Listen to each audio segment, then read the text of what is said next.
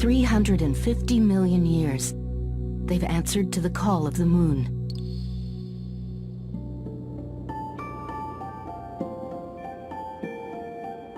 They've survived ice ages, asteroids, and cataclysmic forces even the dinosaurs couldn't withstand. While thousands of species came and went, this humble creature endured. It's a time traveler, a living fossil, the horseshoe crab. Their simple design has weathered the eons. Only sharks or sea turtles can penetrate their shells. Their home is on the ocean floor. They only leave the water to spawn.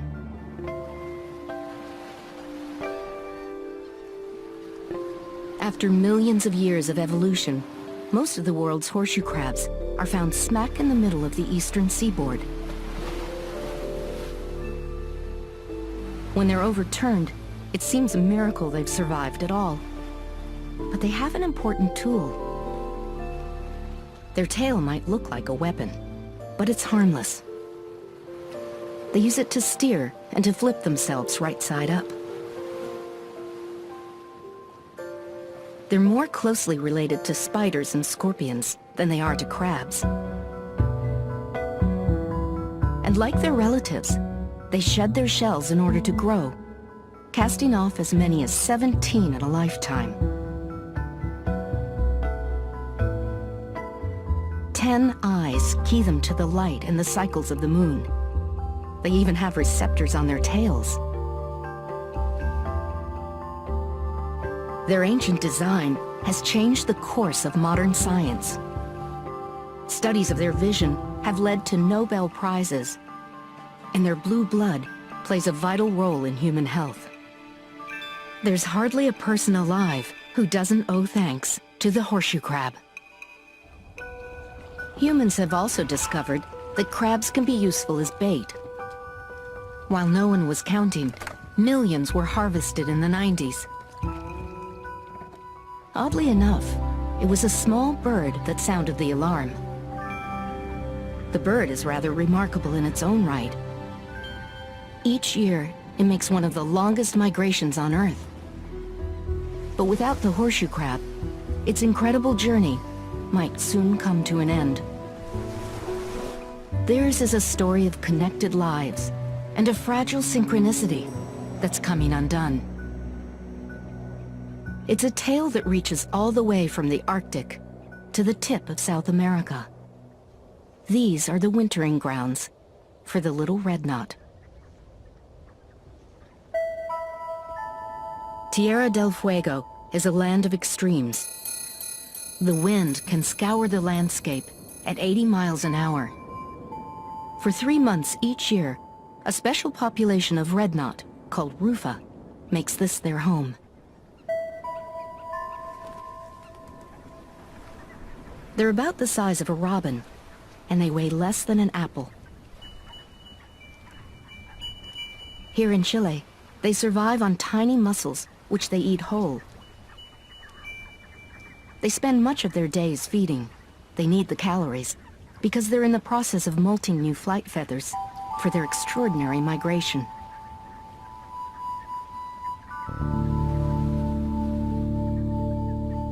The process takes about 3 months and a tremendous amount of energy.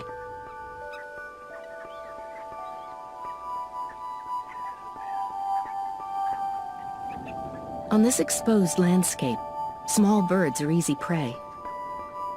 The red knots flock with other species, their safety in numbers.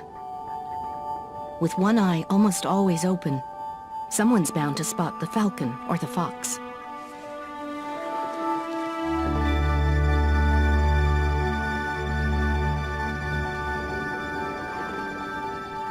Even in flight, they stick together to confuse the predators. It's as if the flock has a single mind.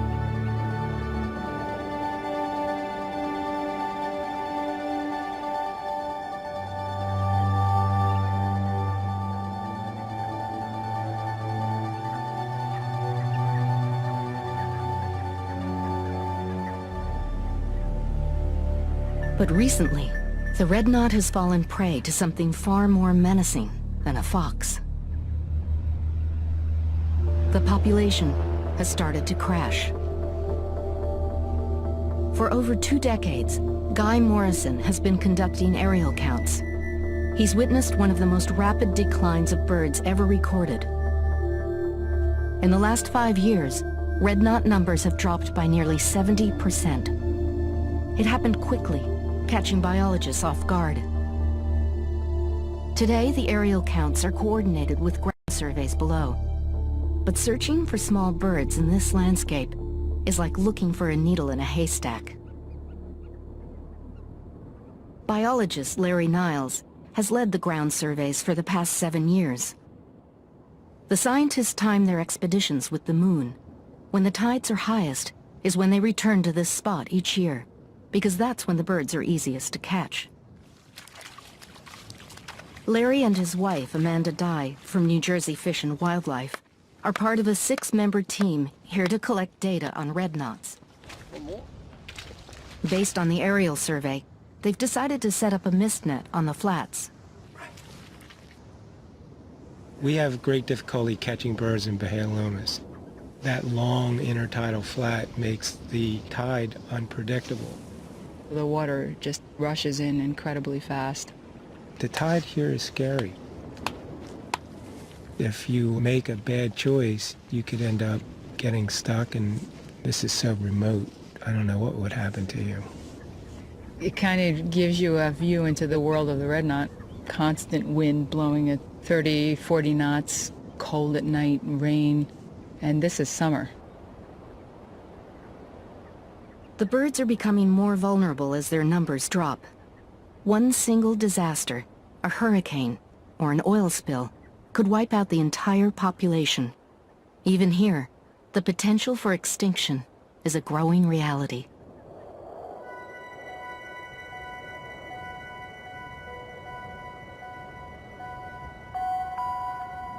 Every bit of data is a critical piece of the puzzle. But that means catching birds. And so far on this trip, the team's attempts have failed. With only a week to go, they need to make a catch. Mist nets only work when the birds can't spot them. The team waits for the long Chilean sunset to see what the darkness brings.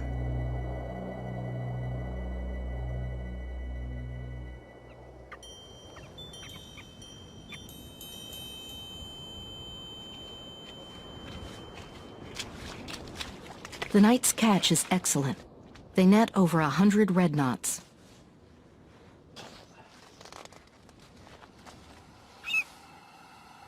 The weight is 125 grams, 125. We weigh and measure them, measure wing, bill length, and those biometrics give us an idea about how well they're doing, the condition of the birds.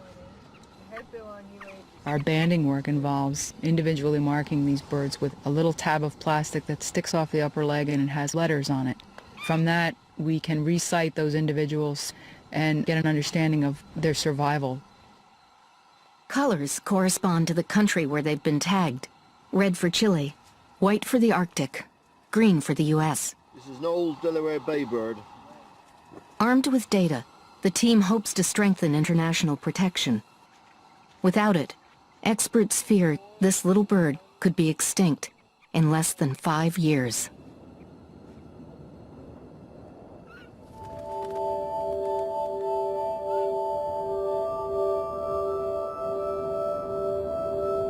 It's late in the season, and the knots will set off for the Arctic soon. Their long migration is crucial because the Arctic is where they mate and hatch their young. They'll be flying nearly 20,000 miles round trip. It's an astonishing journey. Hold a bird in your hand and you get a sense of what duking it out every day for your survival means. I can't even imagine the flights these birds have to take. Taking off for a trip across the Atlantic, flying for 3 or 4 days straight, battling off bad weather, and then not knowing when you get to a stopover if there's going to be any food. It's extraordinary.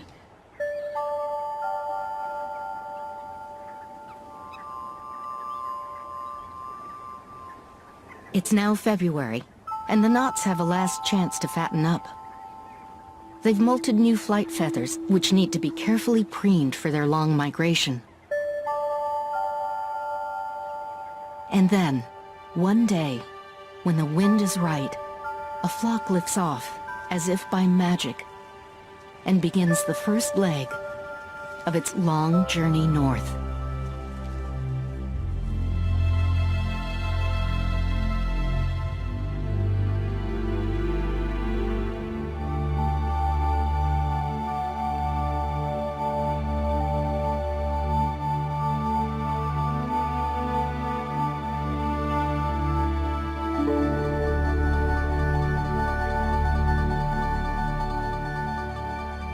They'll spend the next 3 months hopping up the coast of South America, fattening up as they go. Once they reach Brazil, they'll rest and prepare for the longest leg of their epic migration.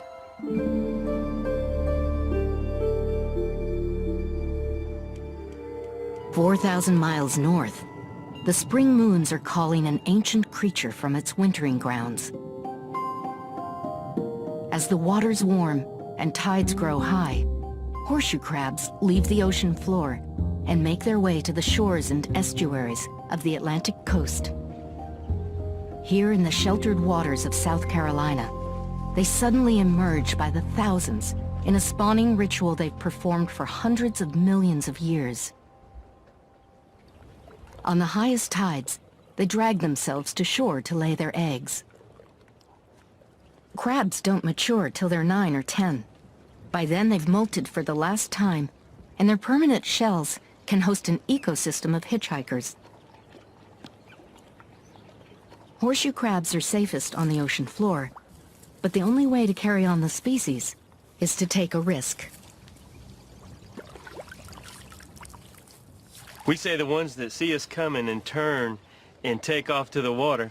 We caught him before. He knows us, you know? Jerry Galt and his father, Bob, have worked these waters for decades. We work the moons. The horseshoe crabs come up and spawn on the moons in the springtime. If you actually get into the water, you can feel them swimming, and sometimes you can't even catch them because they'll get to swimming so fast. A lot of people seem to be scared when they first see them on the beaches. They do look a little scary, but what I do is put them right up against my face, and as you can see, they do not hurt. Their pinches are all very light. These are harmless. I just like them. Mine is bigger. Mine is younger. For 15 years, South Carolina has banned collecting horseshoe crabs for fishing bait. Now only fishermen with special licenses are allowed to gather crabs for biomedical use, and only if they return the crabs alive. Few of us realize just how valuable the horseshoe crab is. When I first started 37 years ago, we were allowed to harvest them. There was no recording, there was nothing. And they became fair game, and I was involved with selling them for bait. And then a doctor came down, and he said that if I didn't sell bait crabs anymore, he would be interested in the laboratory. Cleaning, to prep them for the process ahead. For the past 30 years, the biomedical industry has been mining the medical equivalent of gold. EndoSafe is one of only 4 labs in the world that produces a derivative of horseshoe crab blood. Their blood has a clotting agent that's used to detect minute levels of bacteria. But what's truly surprising is the color. The crab's blue blood is an evolutionary gift that's helped them survive the eons. Male or female? Small male would be good. Okay. Dr. Norman Wainwright has been working with horseshoe crabs for most of his career, studying the remarkable properties of their blood. The beautiful blue color is a result of its blood containing copper as an oxygen-carrying pigment instead of hemoglobin, which contains iron. I'm adding a suspension of E. coli bacteria. At the first sign of bacteria, The crab's blood forms a protective clot. Look at that. This is perfect. This is the horseshoe crab cells protecting the animal from infection. Any type of leakage of seawater into their blood system would trigger this response, seal the wound, and there actually are proteins in the clot itself that kill the bacteria. They're almost primitive antibiotics. The phenomenon caught the attention of the biomedical community in the 70s. They've been putting it to work for us ever since. Up to a third of the crab's blood is removed during the process, yet most of them survive. 1 quart of horseshoe crab blood is worth about $15,000. It's a multi-million-dollar industry. The clotting agent, called lysate, is used to test intravenous drugs for bacteria. No IV drug reaches the market without being tested on horseshoe crab blood. It's an FDA regulation. Years ago, the only way to screen for toxins dangerous to humans was to use live rabbits. Feverish bunnies revealed contamination, and the test was slow.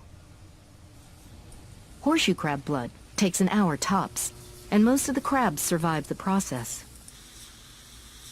Scientists are exploring alternatives that would make bleeding crabs unnecessary, but each day we're finding more ways the horseshoe crab can help us, with everything from sutures to contact lenses. Over 300,000 crabs were bled last year. Of course, the goal is to return them unharmed, but studies have shown that up to 13% may not survive. Every one of us has probably benefited from the horseshoe crab. And yet, this odd-looking creature has been largely taken for granted. In my lifetime, I've had the choice of taking and taking and taking, and with the horseshoe crab, I have the privilege of returning it. I get a chance to return something that has benefited so many people. We're not the only species that's come to depend on the horseshoe crab. They're critical to others, too, like the red knot. It's now May in Brazil. The red knots have built up their fat reserves, and they're now in their breeding plumage.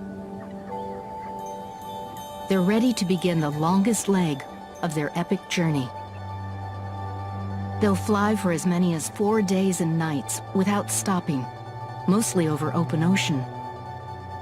With no landmarks to guide them, they'll use the moon, the stars, and the sun.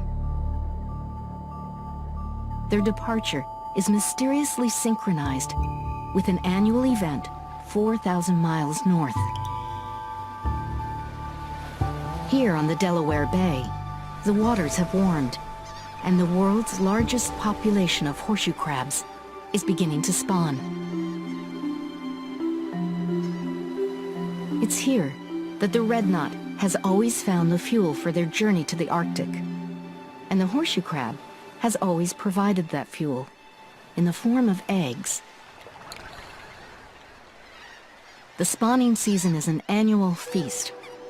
It's a windfall for shorebirds and a great opportunity for biologists.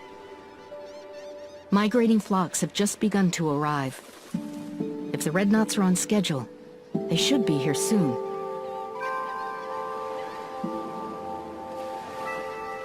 Horseshoe crabs prefer spawning in the cover of night, but this is the height of their short season. It only lasts a few weeks. They come to shore when the tides are highest to lay their eggs deep in the sand. Swarmed by hopeful males, the female digs down to bury her clutch. The males are smaller than the females, but they have a special claw that hooks onto her shell. Since fertilization is external, even unattached males will father some of the eggs.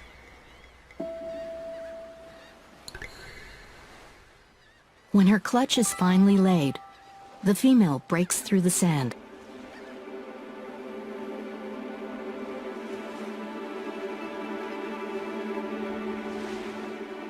In all the commotion, eggs from prior spawns get unearthed. What the crabs accidentally dig up is what the red knots depend on.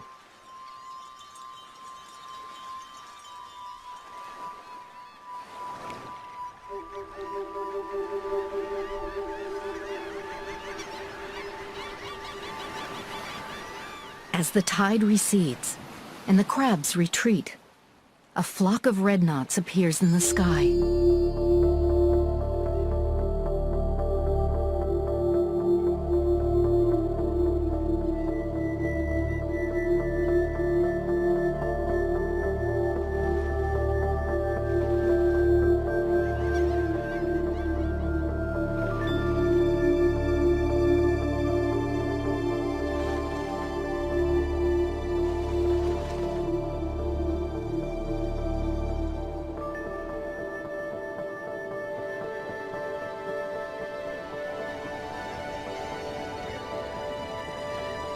They've traveled for 4 days and nights without stopping. They're exhausted and emaciated. The flock will find a safe place to roost for the night and rest.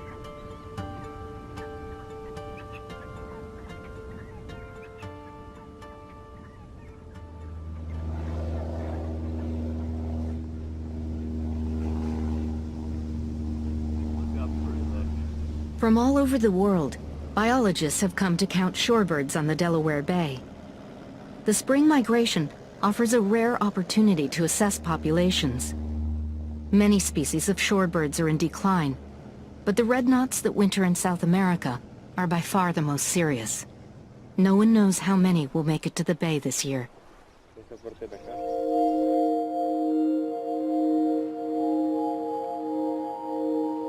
For the next week, more flocks of red knots trickle in. Once they're here, they need to eat. They only have about 2 weeks to refuel and set off again. Their breeding is tightly synchronized with the brief Arctic summer. Their digestive systems have shut down for the long journey. It's here that the horseshoe crab makes all the difference in the world. Their soft eggs are packed with protein and easy to digest. Some knots will double their weight in 2 weeks. While it's an important food for other species, for the red knot, it's essential. This was a revelation to scientists and a key piece of the puzzle. As red knot numbers dropped, evidence began pointing to the Delaware Bay and to horseshoe crab eggs. Ongoing studies began to confirm the connection. There's been a steady decline in eggs on the bay. Figuring out how many eggs there are is a tedious job, but it's become a critical piece in the puzzle. It's a lot of work. We work about 40 hours a week. We take a sample roughly per 1 meter. We do this for about 4 hours every couple of days. Then we sort through eggs. Then we count the eggs. And that takes 6 or 7 hours. And then we count the birds. From last year, it looks like the egg densities have dropped from the same beaches, and it's not a good sign. It does worry me. It's just a beautiful animal. I mean, it's, I hate to see something go extinct. Oddly enough, it was the red knot's decline that made us pay attention to another species in decline. In the past decade, it's been estimated that horseshoe crabs in the Delaware Bay have dropped by 75%. It all began in the 90s, when a growing fishery discovered that horseshoe crabs made good bait. They were easy to collect and free.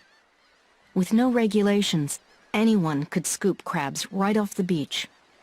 At the height of the rush, 2 million crabs were harvested in 1 year. No one seemed concerned until red knot numbers began to drop. By the time we saw the connection, the red knot was in serious trouble. Getting a handle on horseshoe crab populations has been tricky. One method is to tag crabs and ask the public to report sightings. Dave Smith from the U.S. Geological Survey has been a key player in tracking crab numbers. There's a lot of demands on this animal, and right now it's up to us to find out if there's room for all of those demands, if there's room for using horseshoe crabs for bait as well as biomedical, and still meet the needs of the red knots. Today, efforts are underway to restore a balance that's been lost. To build up crab numbers, there's now a 2-year moratorium on harvesting horseshoe crabs in the Delaware Bay. The regulations that have been put in place for horseshoe crab seem to be working. There's going to be a lag, and whether this success has occurred in time for the red knots, we just don't know.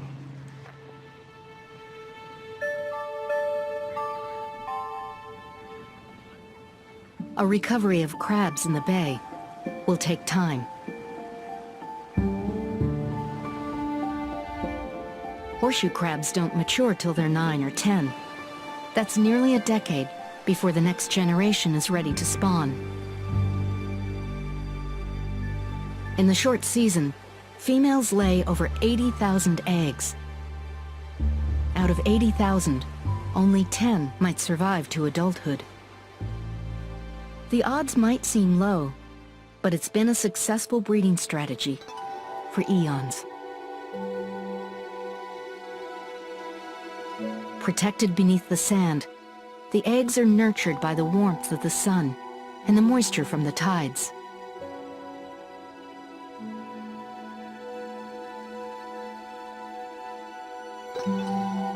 By the 5th day, tiny legs become visible inside their watery nurseries.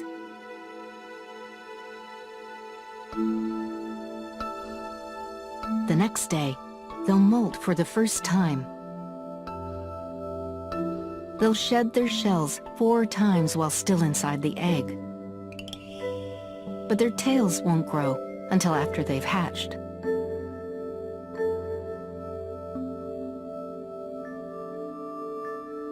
It's a remarkable process the horseshoe crab has carried out for 350 million years. But will the population recover in time for the red knot? No one knows.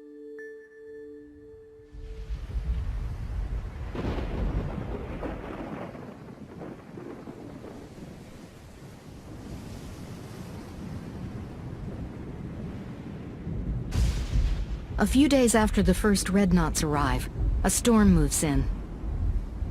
The crabs won't risk coming to shore in this kind of weather. The waters are too rough. This means fewer eggs for the birds that are here, and for the red knots still in transit, it means a serious delay.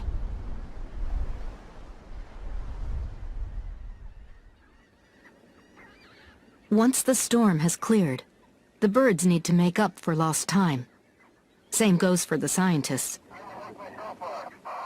Now there's birds coming in. Yep. With the knots here for only 3 weeks, they've got a brief window in which to collect data. Can you come back with it, Mark? Yep. Just to get your toes on. Cannon netting can be dangerous. Still gotta go down a bit. Okay, down. Larry Niles is one of only a handful of trained professionals. Nobody in front of the net. If it's not done carefully, birds can be killed in the process. See all the eggs in there? See, this is loaded with eggs. So I'm just stirring them up so that the birds will come in quicker. We've lost many of the birds. See them taking off right there? So we're gonna have to get them back here. Try to get off this beach right away. Go. We've got birds going back there. That's good. There's knots coming in. I think we're above 50. Ah! It's all right. I think we got a catch. Get ready, get ready, get ready. 3, 2, 1, fire! Okay, good.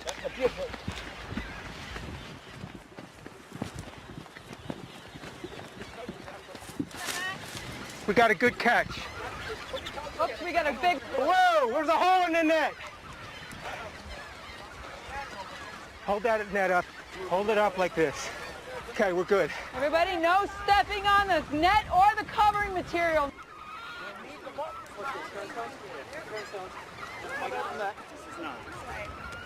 The team will work quickly so the knots can get back to feeding. The birds can't afford another setback. They have a long trip ahead. When you catch a 16-year-old bird, which we have a couple times, they've flown enough miles to have gone to the moon. They call them moon birds.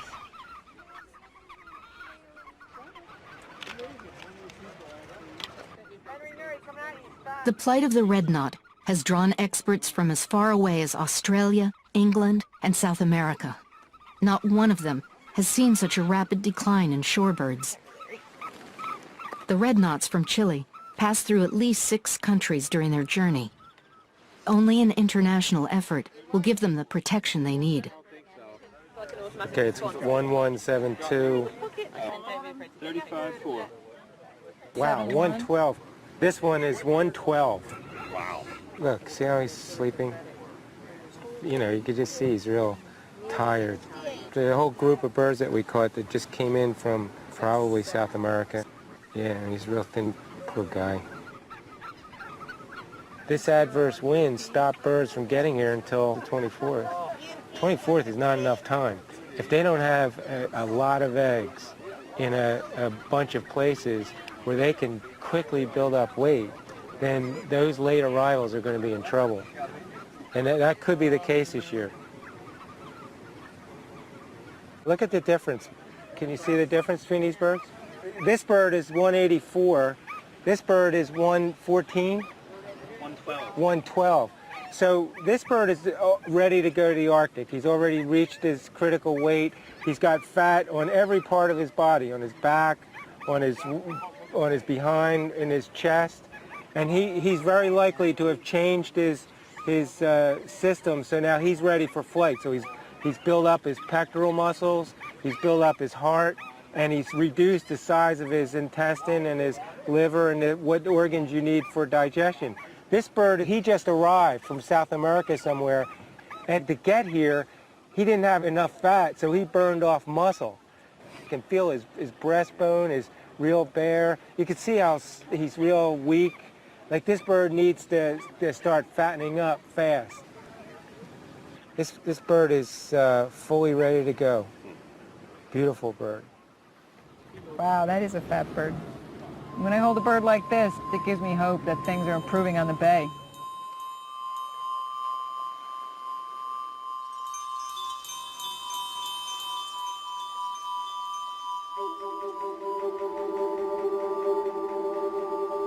The knots have about a week left before they'll set off for the Arctic.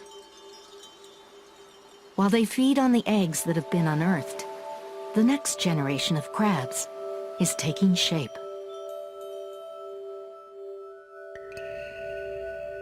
They've spent 2 weeks beneath the sand, locked inside their little pools. As the moisture from the high tide seeps down from above, the crabs begin to free themselves from their nurseries.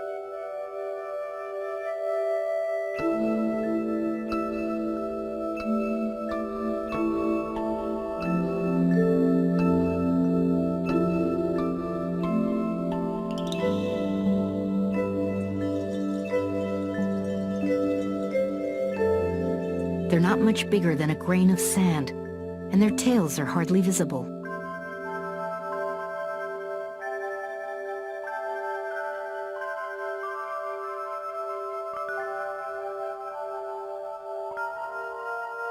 They'll claw their way to the surface.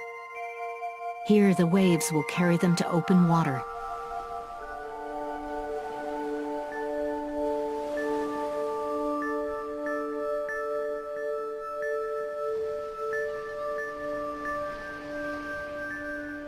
Using their gills like paddles, they'll practice swimming for the first time.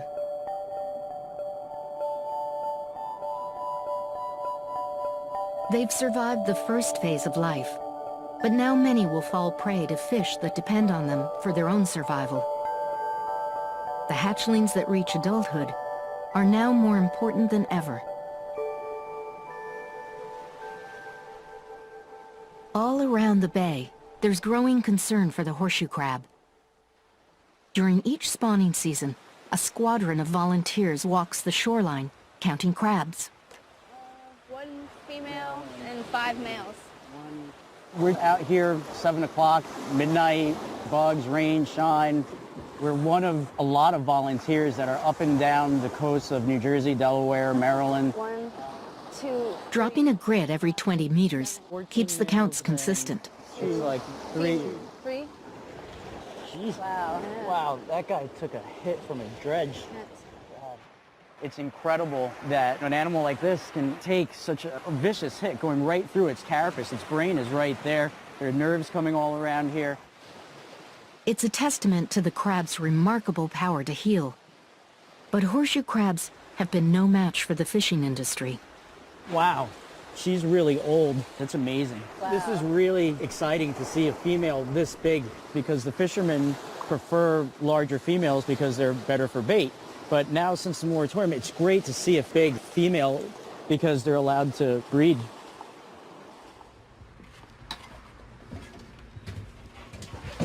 Fishermen have found that eel and conch have a taste for female horseshoe crab.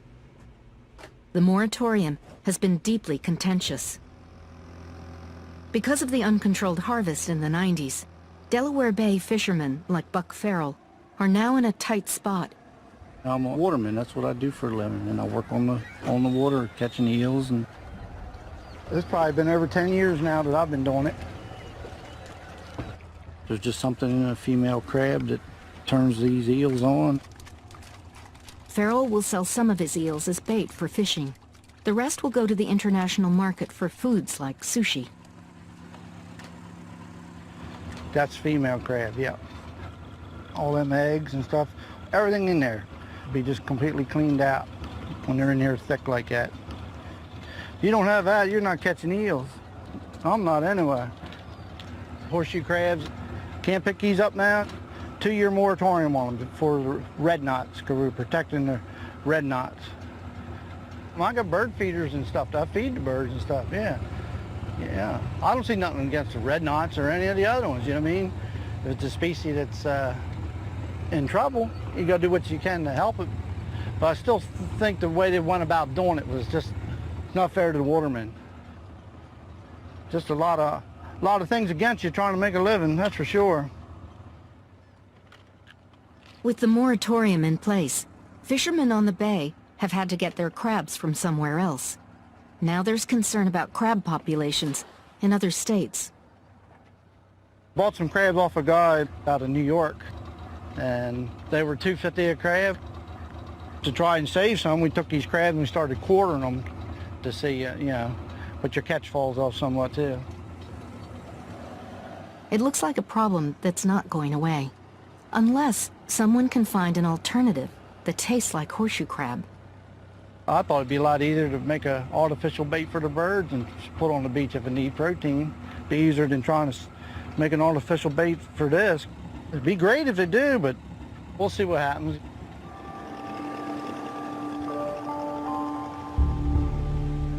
At the University of Delaware, trials are underway for a horseshoe crab substitute. The eels have shown a liking for the artificial bait, but the conch fishery is even bigger, and they like horseshoe crab too. Our trials have shown that the conch have slightly different taste buds than the eel, and so it will be a slightly different formulation probably for the fishermen in this industry. Nancy Target and her students have been working with eel and conch for the past 7 years. They hope to take some pressure off of fishermen and horseshoe crabs. They've recently teamed up with the DuPont company. They're getting closer on the formula. The matrix that we're using can be thought of like cubes of Jell-O. Just like you have different flavors in the Jell-O, you have raspberry or strawberry. We're putting different flavors into this gelatin matrix. This will be the first field trial for artificial bait. They're still using horseshoe crab to flavor the matrix, but it's a big step. Nice. All right, good haul. So what's left of the bait? Ooh. Oh. Doesn't appear that there's a whole lot left. All we had left was the cheesecloth wrapper. Giving fishermen an alternative will certainly take pressure off of the horseshoe crab. But throughout their range, crabs face other threats. Hundreds get caught in the trappings of human development. Seawalls and pilings create impossible barriers. Sometimes there's no beach left at high tide, and without the beach, it's impossible to spawn. By the end of the season, civilization has taken a toll. Coastal development is a threat for any species that depends on the shoreline. On the Delaware Bay, there are efforts to ease the pressure. A sanctuary for horseshoe crabs now protects 1,500 square miles of water. And for migrating birds, beach access is restricted in the spring. It's the end of May, and the spawning season's winding down. The public will soon have the beach again. Migrating birds are starting to leave the bay. The remaining knots have a last chance to fatten up. If they linger much longer, they'll be too late to breed in the Arctic. That little one, he's in trouble. Some of the knots haven't managed to put on the weight they need. He doesn't have that much more time to gain weight. If this was back 10 years ago, he'd have no problem. He could build up that weight, but now the eggs are so spotty and there's so many birds on the bay. He's sort of the back of the line because he's so small. The problem is if he tries to leave, if he encounters any harsh weather, he's going to have to drop out. And once you get above, the beginning of Canada, most of it's frozen. So if he drops out, he'd be out of luck because he can't come back, can't go forward. So I think that's how we're losing a lot of birds.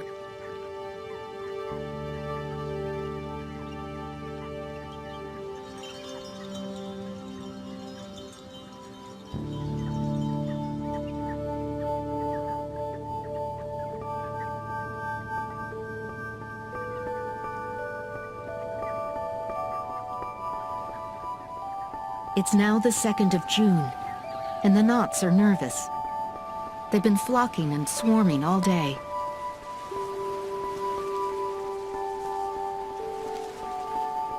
Finally, it appears a decision has been made.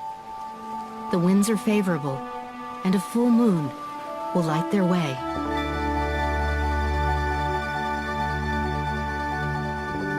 They'll journey for more than 2 days to reach their breeding grounds. If the winds are good, they'll travel day and night without stopping. Since breeding knots don't flock, they begin to disperse as they approach the Arctic. The red knots time their arrival for the cusp of the season. In Cambridge Bay, temperatures hover at 36 degrees in June. The landscape is still frozen, slowly coming back to life.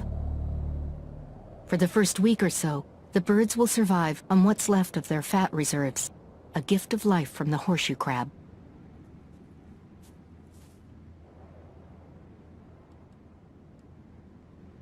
The scientists base their arrival on past years. The knots should be paired up by now, carefully guarding their nests. They set up camp in an area where knots have nested in the past. With no time to waste, the search begins.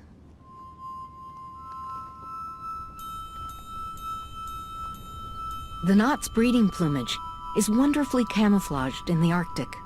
The only way to spot them is to listen closely for their calls and comb the ground on foot. Red knots time their breeding precisely. The chicks hatch at the very moment the insects do, guaranteeing plenty of food. By day 4, the last of the ice is melting, but no knots have been seen.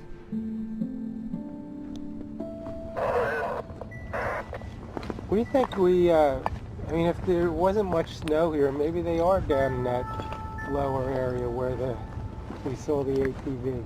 The ice has thawed, and the insects have hatched. Day 6 passes, with no knots. The team decides to move camp to another area where knots were observed in recent years.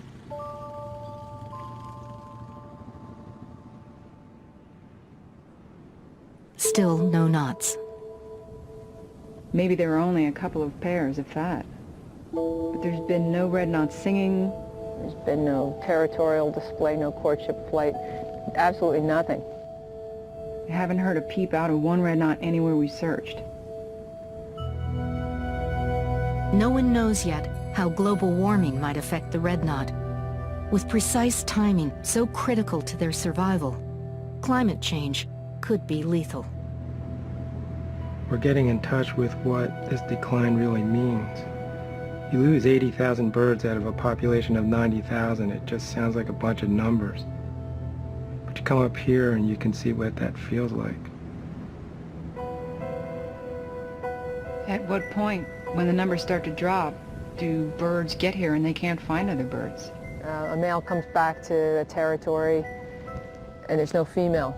And he's doing his territorial song and trying to figure things out, and there's just no other birds here. We didn't see anything, so I don't think it was that we missed them.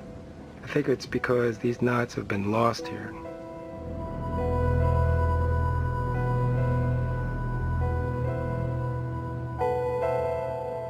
Red knots are harder to find in the Arctic since their numbers have dropped. Some nested this year in other areas, but here in Cambridge Bay, they could be gone for good. In the months to come, experts will scan the skies and shorelines for knots headed south. They'll have to wait for winter to see how many make it back to Tierra del Fuego.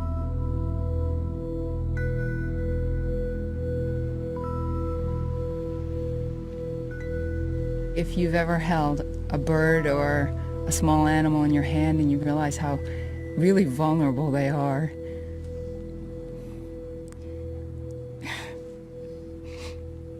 and how could you not want them to continue to exist? The fate of animals like the red knot really are in our hands, and it would be extraordinarily selfish to allow that species to disappear, along with the horseshoe crab.